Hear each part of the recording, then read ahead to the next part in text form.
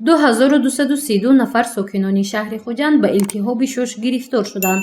Ин шумораи беморонро давоми 2 моҳи охир масъулини соҳаи тандурустӣ расман ба қайд гирифтанд. Дар ин бора имрӯз санаи 17 июн муовини раиси шаҳри Хуҷанд Фирӯза Нуроллозода ҳангоми баргузории иҷлосии вакилони халқи шаҳр даъвати шашум хабар дод.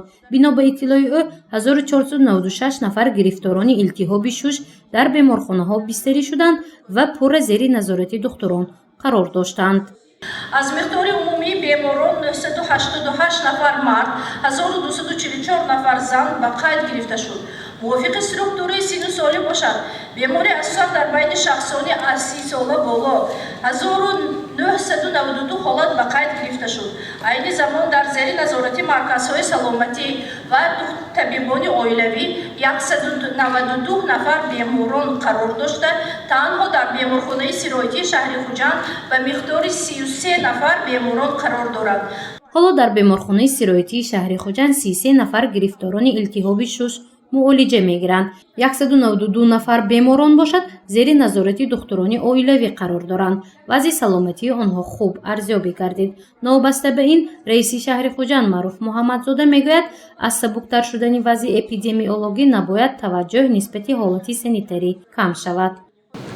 сатҳи сироятёбӣ дар вилоят дар ҷумҳурӣ хеле паст рафтааст, лекин ӯ хотирҷамъ карда наметавонад, чунки ки медонед дар ҷаҳон аллакай дар баъзе давлатҳои ҷаҳон хуруҷи дуюми ин беморӣ ба қайд гирифта шудааст ва мо бояд ҳушёр бошем, корҳои пешгирӣ, корҳои таълимоти ташвиқотӣ мабайни мардум албатта пурзӯр кунем. ман дирӯз дар ҷаласаи корӣ дар ситоди шаҳрӣ шумо ба сипоришам дода будам ки гурӯҳҳои корӣ аз нав фаъол карда шаванд, аз ҳисоби ҷавонон, шӯъбаи корбонзанон ва оила, худи кумитаи корбо маҳалла, бевосита раисони кумитаи маҳаллаҳо, шӯъбаи корҳои дохилӣ, ҳизби халқи демократӣ, ман метавонам Лиги Исламия шахсан вазифадор кардем ки дар ин кор фаъол бошанд. вазъи эпидемиологӣ дар шаҳри Хуҷанд нисбатан хуб шудааст, аммо ин ҳолат боиси хотирҷамъӣ нест.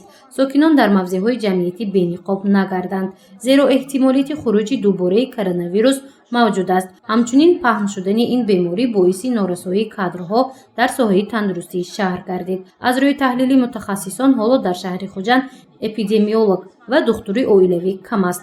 муовини раиси вилояти Сол Анвар Яъқубӣ ба ин масъала таваҷҷӯҳи махсус зоҳир намуд.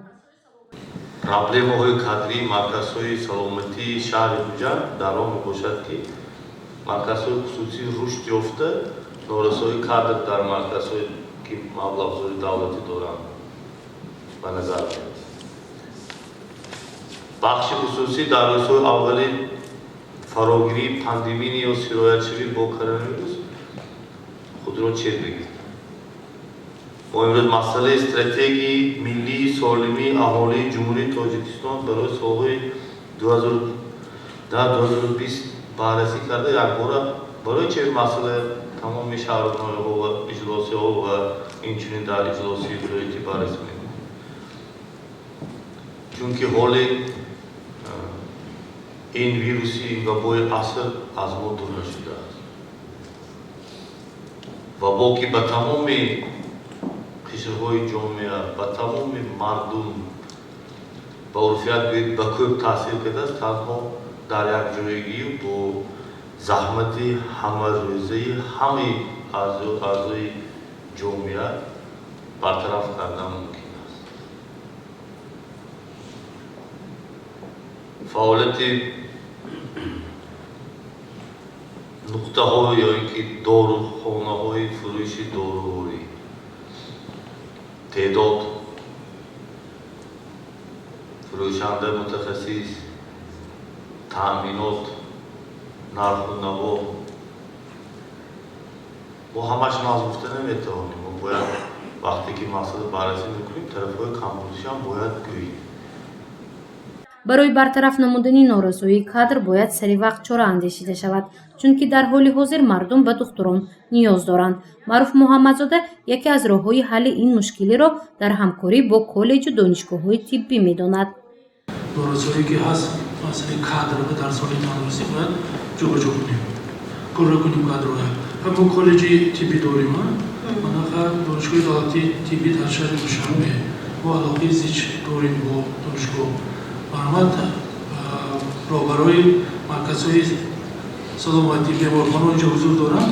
Ман хоҳиш мекардам ки талаботи кадрие ки имрӯз норасоӣ ҳаст пешниҳод кунед, якҷоя бо донишгоҳи давлати тиббӣ бо коллеҷи тиббии шаҳр ҳамкорӣ баро монед, кадрҳоро пурра кунед.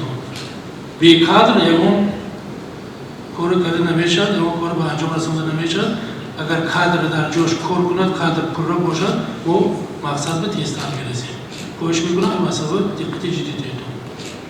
мавзӯи асосии иҷлоси вакилони халқи шаҳри Хуҷанд даъвати шашум ин пешгирӣ аз сироятёбӣ ба COVID-19 буд. Аз рӯи таҳлил ва гузориши муовини раиси шаҳри Хуҷанд маълум гардид ки ҳоло дар Хуҷанд 16 муассисаи тиббӣ амал мекунад ки дар он 580 нафар духтур, 381 нафар ҳамшираҳои шафқат ва 889 нафар кормандони дигари ин соҳа фаъолият доранд.